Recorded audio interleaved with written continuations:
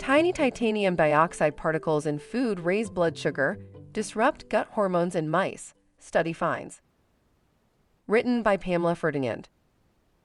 The tiniest particles of titanium dioxide commonly used to make candies, cookies, and other ultra-processed foods look brighter and more visually appealing, especially to kids, can raise blood sugar levels and impair how the body processes glucose, among other health harms, according to new research in mice.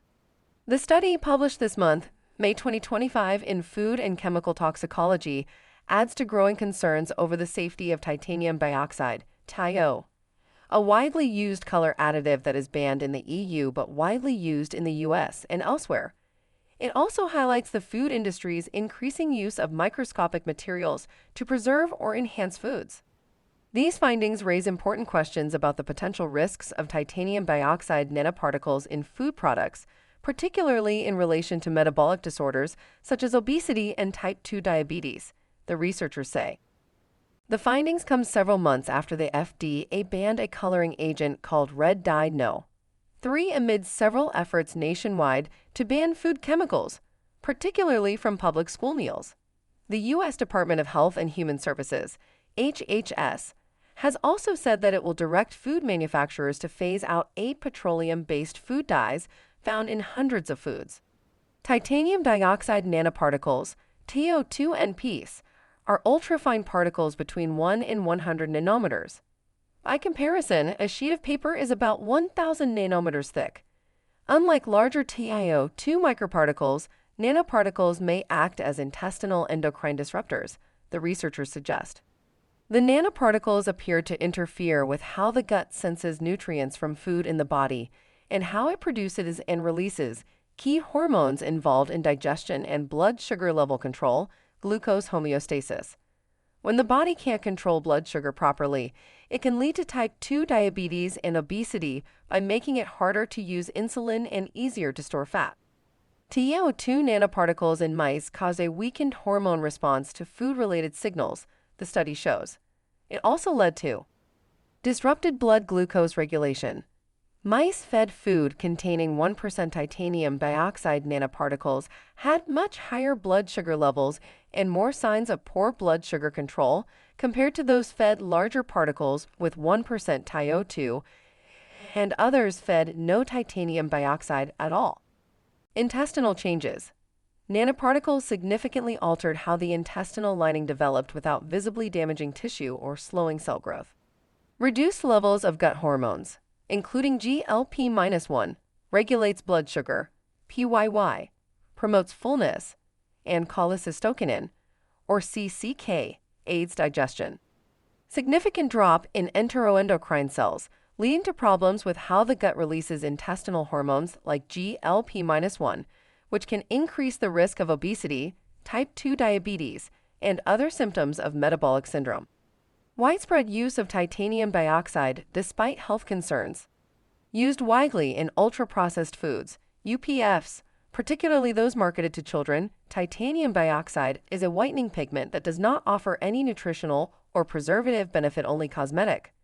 Popular products containing titanium dioxide, labeled E171, include Skittles, Starburst, Trident white peppermint gum, Duncan Hines creamy vanilla frosting, and cookies like Nabisco Chips Ahoy. Despite its prevalence, titanium dioxide has been linked to multiple severe adverse health outcomes, mainly studied in animal and cell models. These include DNA damage, with the potential to cause cancer, intestinal inflammation, obesity-related metabolic disorders, possible impacts on neurodegenerative diseases such as Alzheimer's disease. The International Agency for Research on Cancer, IARC, classifies titanium dioxide as possibly carcinogenic to humans based on animal studies. In 2021, the European Food Safety Authority, EFSA, concluded that it could no longer consider titanium dioxide safe for use in food. France banned the additive in 2020, followed by the European Union in 2022. However, it is still permitted for use in foods in the U.S., where it can appear on ingredient labels as artificial color or colored with titanium dioxide, though labeling is not always required.